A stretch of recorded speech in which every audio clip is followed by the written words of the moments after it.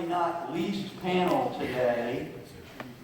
We can think about, for the last 2 days, those of you who've been able to attend both days, we've been talking a lot about the definition of strategic leadership and testing that in various environments. And we've been looking at, from George C. Marshall and his exemplary pattern through the Cold War, through contemporary times, in both a national security, foreign policy, government, and in the last panel, we started to delve into the business world and the requirements that strategic leaders have to lead companies competing in a global business environment. So now we need to step back, or actually step forward, I would say, into the future and project what is it that our future leaders, strategic leaders, need to know now, and what skills and expertise do they need to develop to operate in the year 2040, about 25 or so years to the future, where most of you will be strategic leaders, whether in the military, government, education, or business. So this panel will pick up on some introductory remarks to that subject from Lieutenant General McMaster, who addressed what military leaders will need. And now I want to introduce our diverse panel that will look at it from the perspective of business, but also from government and military.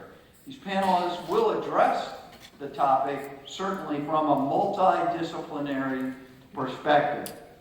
Now, our first panelist, Dr. Elaine Vibaka, is a noted expert in intercultural business leadership. Dr. Vibaka spent 20 years in business leadership and management roles for Fortune 500 firms, including a decade in the Silicon Valley. She is a noted international consultant and a professor of leadership and management. Her book, Global Business Leadership, is required reading for many leadership courses in business schools around the country and internationally. Dr. Vibaka recently completed a Fulbright Specialist Grant Project in New Zealand. Ladies and gentlemen, please welcome Dr. Elaine Vibaka.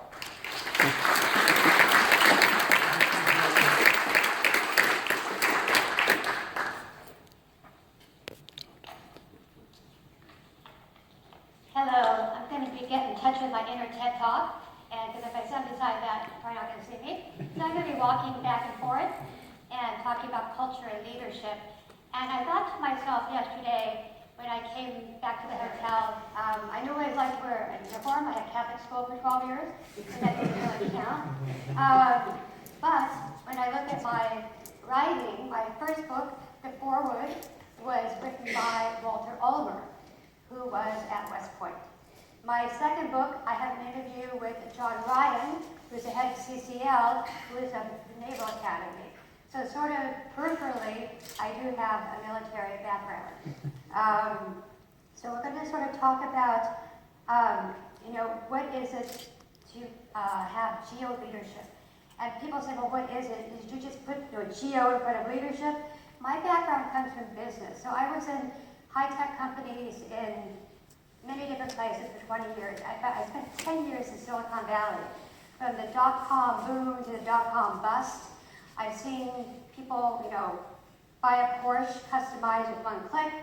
I've seen everything from a startup to an IPO to, companies that didn't take advantage of changes in technology, and they failed.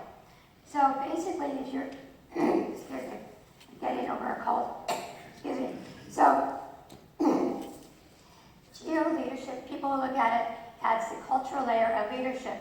But you're doing that between the leader and the led through the vehicle of respect for the accessibility and the management of resources. And I always tell people, you don't have to be rich to pay attention. You don't have to be rich to pay respect. And I think that's something now and into the future, and wherever you are in the world on assignment, wherever to give respect. And that is what I'm going to kind of get into a little bit with my students. I have had probably over the last 10 years well over 1,000 military students. I taught at one university in their E-Army program where they would say to me, Dr. Deepika, I have a paper due tomorrow, but we're not going to have electricity tonight, so can I submit it late? I said, fine, be safe. And they were talking about no electricity yesterday. I was thinking, wow, they were telling me the truth. They really had no electricity for their assignments.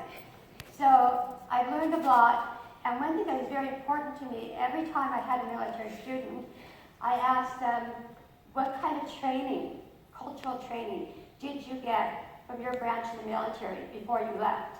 Was it enough? Was it too much? Was it just right? What would you change? 9 times out of 10, they said it wasn't nearly enough. It wasn't just learning, 10 phrases in local language, whether it be Urdu or Pashto or Dadi, one of these things. So, and also thinking they're all working for the common goal, and they're all working for, the same government, but each branch looks at and develops and implements intercultural training very, very differently. And so that's what I thought was very interesting, obviously as a taxpayer, how could it be better?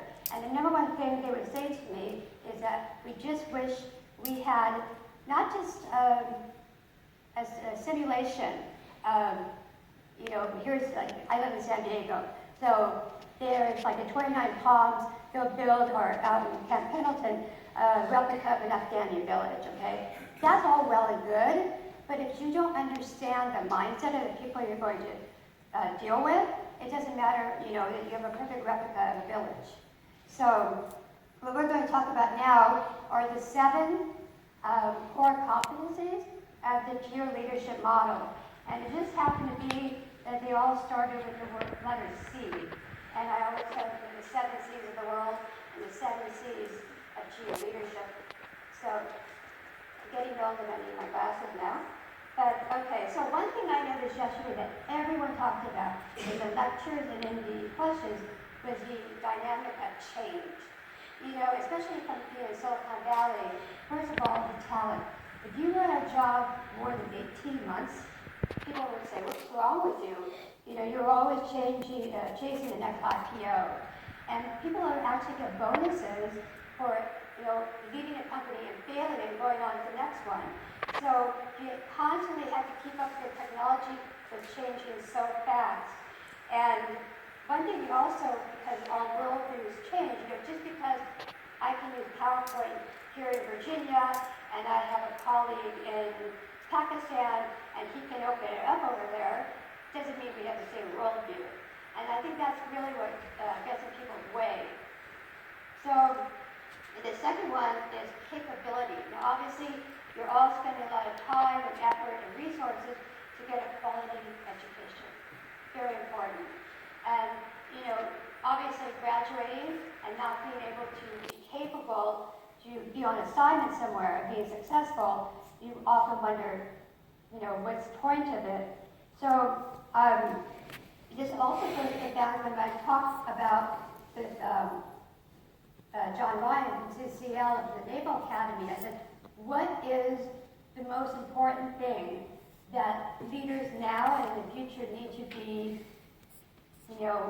need to know or are challenged with constantly? And the number one thing he said is hiring decisions. Too little time is put into hiring the right people. And as General Dunbar said just a few minutes ago, the people are out there. Sometimes it's hard to find them, but it's so what? It's hard. You have to do it. And that's one thing I think a lot of companies, especially too, you might be brought into a company because you know somebody, but after a few months, you can tell whether you can do the job or not. So the next one is care. Now, you often don't hear about care. This is a very caring CEO. This is a very caring, dictator. And that is, what's important about that is, someone once said, what is the biggest challenge right now for leaders around the world? And that is becoming the victim of greed. And And we already see people becoming a victim of greed. When it used to be maybe 20 or 30% higher the CEO pay to the factory worker pay, now you see 1,000%. So why should just someone win the lottery, the so-called lottery I call it, when it's on the backs of people who are actually doing the work day in and day out? So then we have communication. I think that's probably most important, as we were talking yesterday and today. If you can't get your message across, what's the point? And the reason why is people will say, you know, I sent an email to my colleague in Japan 2 days ago and I didn't get a response. Does that mean he doesn't agree? Does that mean I'm wrong? And you know what it most likely means? It means he doesn't actually understand what you want. The intonation, the nuance, not just the words. So he'll do his research to give you, I won't say the culturally correct, but the right answer in your cultural interpreter, let's say. And then we have consciousness. Now this is important because it's something that requires for us to look at ourselves negatively, and that is our bias. We're going to go on assignment, we're going to go on a mission, we're going to go to our IPO, and the leader has to be aware of their own self-bias. And only can then lead, the followers do the same, because perhaps you've already had a leader at a command, and you say, wow, this person really knows themselves, they're confident, they trust their decisions, and I feel safe in following their orders. Of course, I have a say, I have to follow them, but a little tangent is, I'm just so fascinated by these things like Facebook and Twitter, where virtual trust is very important. And there's a saying that trust means touch. Like you have to meet somebody to actually trust them. But now people are friending each other and following someone. But these aren't relationships. These are just clicks on your mouse. And, what do they say, like Instagram and Twitter for people who can't read or something like that. And it's just really, for me it's entertainment. But some people it's becoming their life. And I just think, there is no truth, there's only perception. But I want to know my truth is that I have a true relationship with the people that I'm leading. And I think that's something very important to remember. And then, of course, we have context. And I have a military example for that. There's many, many leadership theories. I'm sure you've started studying them. There's trait theories, there's great man theories, servant leadership, then there's situational leadership.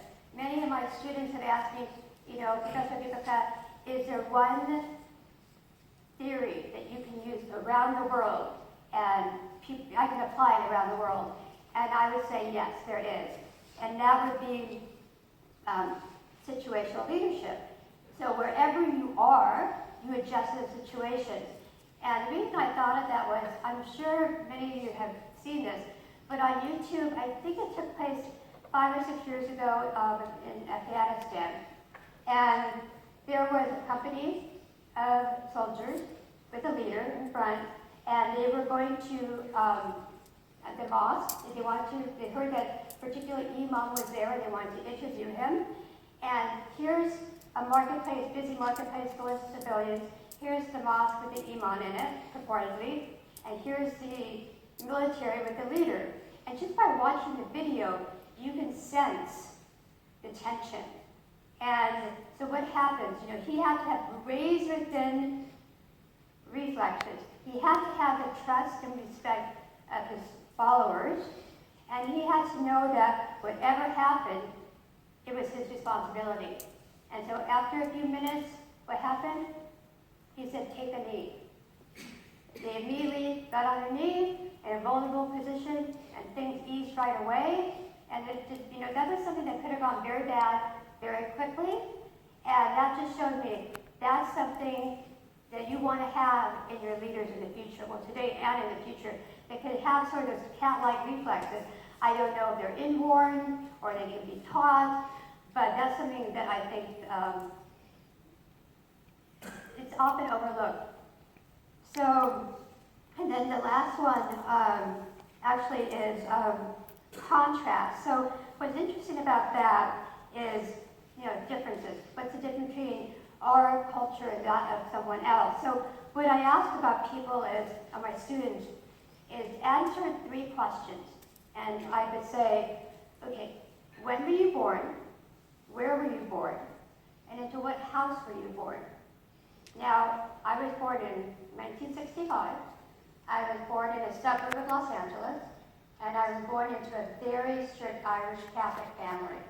I had no control over any of those things. Now, say you're on assignment, you're in a location you've never been to before, you're linguistically challenged or culturally challenged, everything, demographically challenged, and you have to decide what is it that you know your answers, but you don't know their answers. You're dealing with people who've never left their village. So they're going to have a very small worldview. Maybe you've been in the military or in business for 10 or 20 years, so you have a more expansive worldview. You can't equalize that in 5 minutes of interaction. And I mean, the best solution, if I could say so, is do as much preparation as possible. Many of my military students have said, we had some training, but then we were deployed 2 weeks early. And we could have 2 more weeks of training.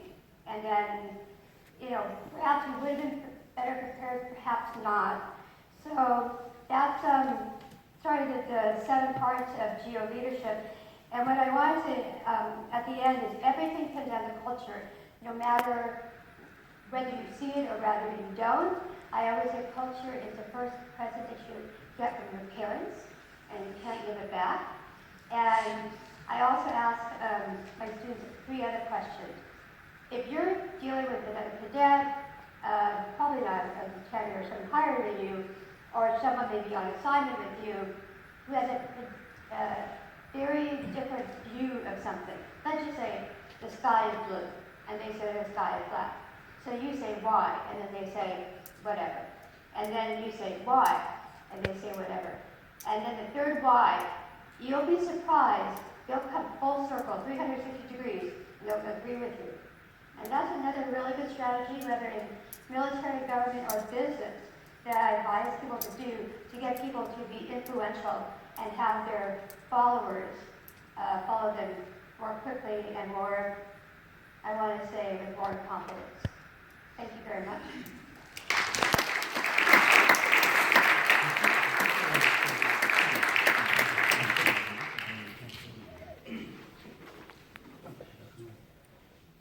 From, ask your question, please direct it either to one of the panelists or the whole panel. Okay? But I'd like to start off the discussion because I think there's some great commonality from each walk of life that our panelists have talked about, whether you're a business leader, a future government leader, or a military leader. But it struck me that there's a potential paradox out here that I want to explore a little bit. It seems to me that we've been talking a little bit about, in business, we need qualified leaders, maybe with strong STEM backgrounds for the companies, certainly with great education, and in some cases, specialists. On the other hand, I think I hear that maybe we need to have leaders who are strong in the liberal arts, who have great cultural skills and knowledge of the world. So the first question for our panelists is, will strategic leaders in the future tend to be more generalists, broadly based, or specialists in a field? And what's the balance, in your opinion, of those skill sets needed to succeed as we move up from tactical leadership to strategic leadership? And Chuck, would you like to start out with that? I think the first response would be, yes, we need both the technical skills, but also the soft science kind of skills. Leadership here, again, involves providing purpose, motivation, and direction to accomplish the mission and to improve the organization. So the question comes up, can one individual have all the technical skills necessary for the task at hand? I think consistently we find that that's not possible. So in a world that's getting more complex day by day, there's a series of other skills and access, resources we need to access. So leadership that has a sense of empathy, that understands the value of other perspectives, and can build teams. Again, it goes back to General Sullivan's focus not a method, can build teams that focus on the task at hand is really important. You'll find in probably the next 4 or 5 years a lot more discussion about broadening across the services for leader development, trying to give our members of the organization a lot more experiences that they can bring back to the table with knowledge and expertise. That gives them a lot more capability as a team rather than one individual. So I think there's tension here. We still need technical experts in some of the fields like cyber and information technology. But as you rise to a higher level, I think it's the potential to be the smartest person in the room is not there. And I tell my students, if you're the smartest person in the room, something is wrong. If you have to be the smartest person in the room, something is really wrong.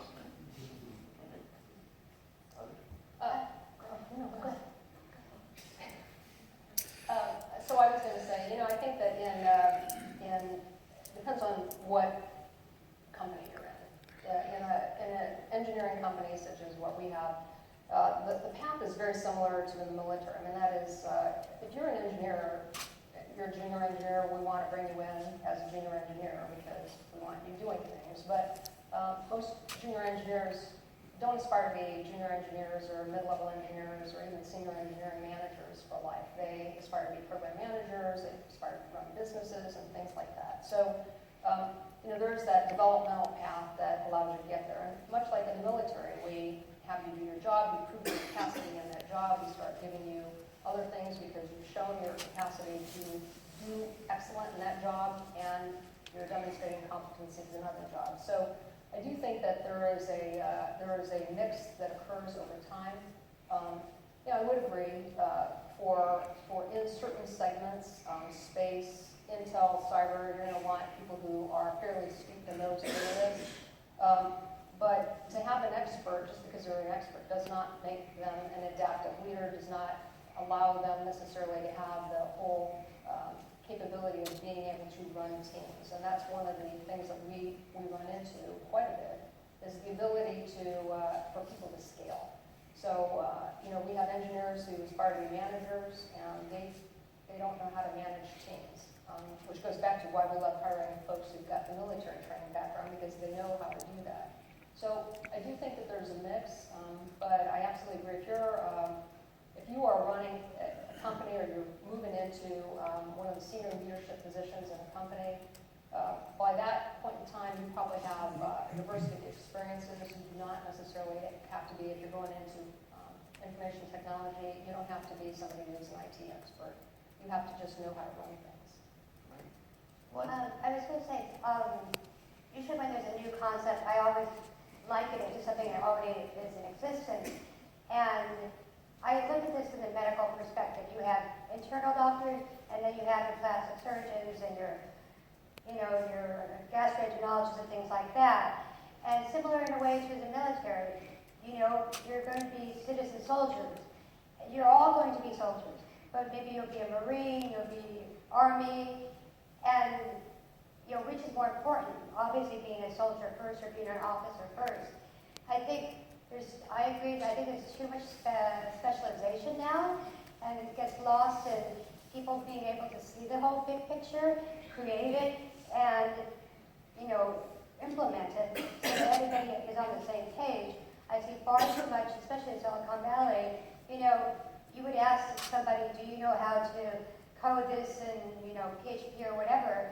And they would say yes. They didn't know how, but they could go home and over the weekend read a book and understand how to do it. But could they manage people? And that is something I find harder for people. There are people who had direct reports, and there are managers who didn't manage anyone. And I found those people were much more technical, but they had a managerial title.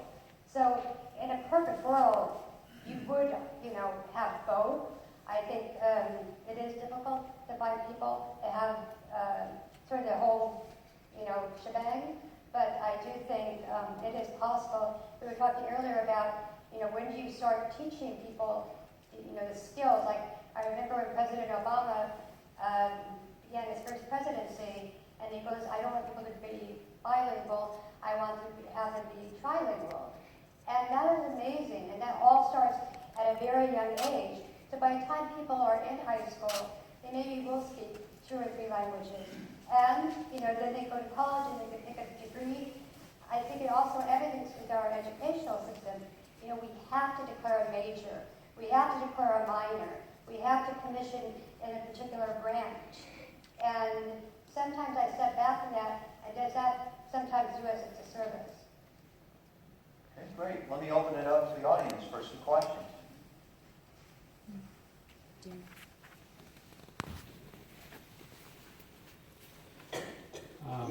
Hi, my name is Louis Price from VMI. In your opinion, each one of you, what do you think is the most important characteristic when hiring? Such as loyalty, etc. I've done a few speaking engagements on ethics, and there's a quote by Warren Buffett, both in the conjunction that says that look for in character, intellect, and energy. If they don't have the first one, don't bother. So this idea that when you're hiring, find somebody who has support the values that your organization needs or espouses, and that they also have this ability to share that value with other folks in the organization. With the Army, we see that we're a profession that is based upon values across our military and the services up front. So you have to bring in folks who are already select for their talent, but also select for their values and their character. For us, it tends to be culture fit. Are they going to come in and be able to scale into the organization? Yeah, and the companies that I've seen, particularly in the tech world, is the metric was if you didn't go screaming from the building in your first 90 days, you're very likely to stay there and be successful. So I have seen people screaming from the building. So. Next question, please.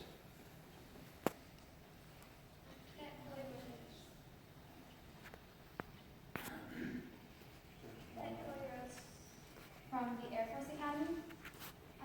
My question is for the whole panel. So as the military is constantly developing, we're becoming more and more political. So we're competing for different awards, and we're competing to constantly make rank and get promoted. So much so that we're focused on just that when it comes to our careers and the decisions we make. What would you suggest to the people who want to advance as well, but aren't always focused on that, or more focused on like developing their people? How do they do the same thing without having that in mind? So the question is about competition within the workforce, and how do you develop people without necessarily getting a high level of competition in a dog-eat-dog sort of way? Yeah, I wouldn't call it political, although, I suppose some people might say that, there's a perception of favorites, that there's, doing the political game. The reality is in an organization that is, all the services are like this. You're doing your job and you're being assessed against your peers. That has some not so great implications, because it is, as you say, especially when you are in a forced ranking situation, you have very good people, but some people are not going to get the rating. The same thing happens in our company, because we try to assess people on a bell curve. I think the only thing that I would tell you is that if you're able to look yourself in the mirror and you're able to say, I am doing the very best that I can. I understand that maybe my competitors, the peers that I have, that I'm being assessed at in this particular point in time, are a high octane group of people. And I may not be the number one or number two, but you are learning skills and you are focusing on the right thing. Usually you're gonna do fine. The people with the sharp elbows who are trying to edge other people out, who do the politicking piece, well, if they work for people like me, they get smoked out and they fall to the bottom. But then some people are a little tone deaf to that. You know, in the end, you don't want to be picking up sort of those bad traits, because in the end, most normal people don't appreciate that. Most commanders, most supervisors don't appreciate that, and I'm a firm believer in what goes around comes around. I was just going to say, vividly, I remember one example of a CEO who led a very Machiavellian kind of way to leadership, and within the organization, and I don't know if it's just akin more to sales and marketing organizations, but he would stand up at company meetings and say, you need to do whatever it takes, not see your children, whatever, to get ahead, to make our quarterly numbers. You have to compete against each other, I don't care. I will compete against myself, as you're saying, being able to look myself in the mirror and being okay with that. But when I'm being told to compete against my colleagues and many of them my friends, so that we get better quality bonuses or whatever, I kind of had a problem with that. And people that didn't think that way, they didn't last the company, but they were happy with themselves. And that's what I think, at the end of the day, was more important. I believe it's a problem with organizational culture and also climate. Individuals will do what gets rewarded by the organization. If you're already focused on metrics like that that are very short term, then folks, again, will tend to do what gets benefits or avoid consequences. So I think it's really important the things that you do measure. We talk about mission accomplishment. Probably more important as to what gets accomplished is how it gets accomplished. If you value leadership and teamwork, then the metric should be based upon not only the mission being accomplished, but also the measures of performance for promotion for subordinates, development of subordinates, how the team is rewarded for team action. What we'll find in other organizations is we're doing 360-degree assessments, both peer evaluations and below, so the leader is accountable to subordinates. If that's an important metric for you, like at Google, where your compensation and your longevity depends on how you lead, then that becomes an interesting way to go ahead. I was in Ottawa, Canada last week. One of my former students is the 2-star general in charge of the military personnel command. And he mentioned in this system of personnel management for the Canadian Forces, there was no up and out. So he has a cohort member from Royal Military Academy for Canada and RMC. And same year too, Major General Wayne here has a friend who's still a major in the force, but he's very, very good at his specific skill of strategy. And that's okay with them. Sometimes our culture drives the behavior that becomes dysfunctional, which means we're not really doing what we espouse as important and part of our values. Just add one piece of that. I mean, the great thing in these military organizations where you get to move around. I mean, my first assignment, I didn't think it would be possible for me to make my 5-year commitment because my boss called me an underachiever, and I didn't know how I was ever going to and he was a 20-year major. But in the end, the great thing about that is you get to move. So a lot of people think that they're going to Hotel California with the first assignment. That's it, and they think this is it. But, if you're in a situation where you think you're getting a raw deal, you're not getting the attention that you need, or it's a bad environment, you have to say something. And I did, and I ended up getting moved to another organization because otherwise that would have cast a very negative light. I mean, I certainly wouldn't be sitting here today. So I'd probably be waiting tables.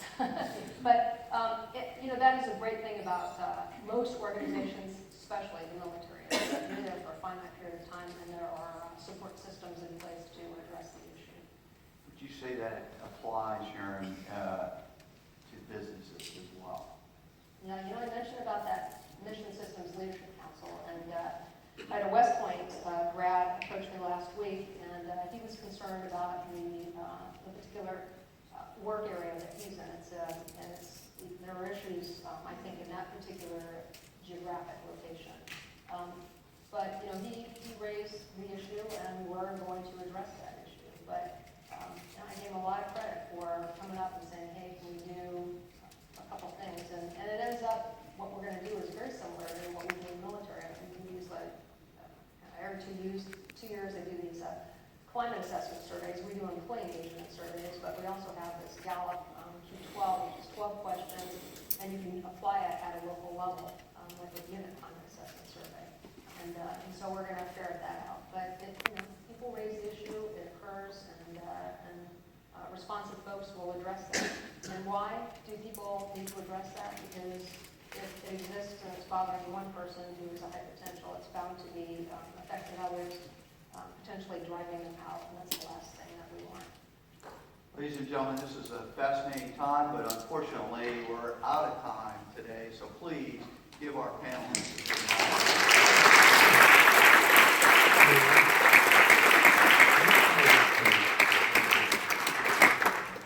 So I'd like to thank the panelists for giving us some great perspectives about future leadership. Actually, it starts now with all of us, but I think I drew out of this conversation about understanding the strategic environment, developing some cultural skills because we are in a global environment, that we can adapt, having a vision, and then having some interpersonal skills to get along with each other. Very important. So I'd like to, on behalf of General P, the Corps of Cadets, the staff and faculty, thank you for coming and sharing your insights today on strategic leadership, and please accept this as a small token of our appreciation. Thank you very much. Let's give them one more.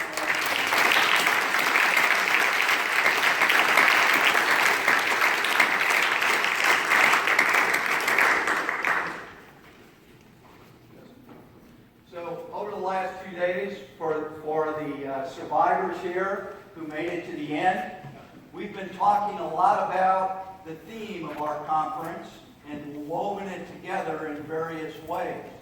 The theme, strategic leadership during a time of global transition, past, present, and future, has looked at perspectives beginning with our most famous alumni, perhaps here at BMI, George C. Marshall's strategic leadership, as a frame to look at strategic leadership from the beginning of the Cold War to the present, and now we just projected into the future. What I'd like you to take away from today's the last 2 days of the conference is this view of what is strategic leadership. So I want to flash this up. And there are some keys here that we all can work on, whether we're starting out as direct leaders, small unit leaders.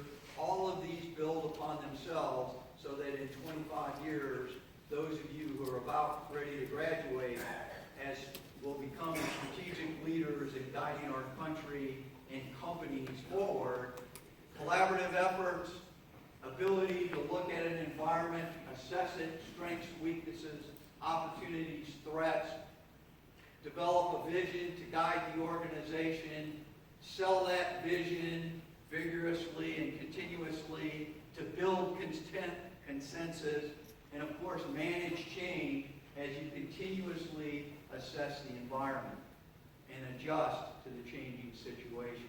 So I'd like to end with a brief review of what's gone on in the last 2 days as we conclude this conference.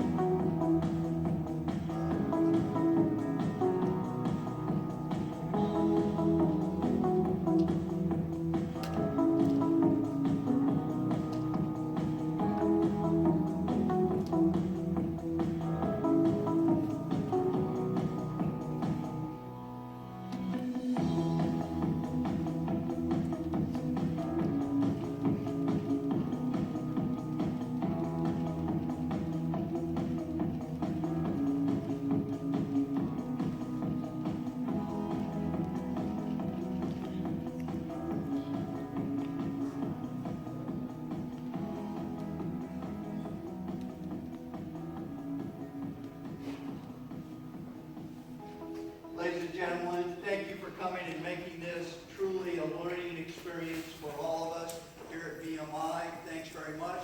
We look forward to seeing you next November at the next conference. Have safe travels going home. We wish you the best.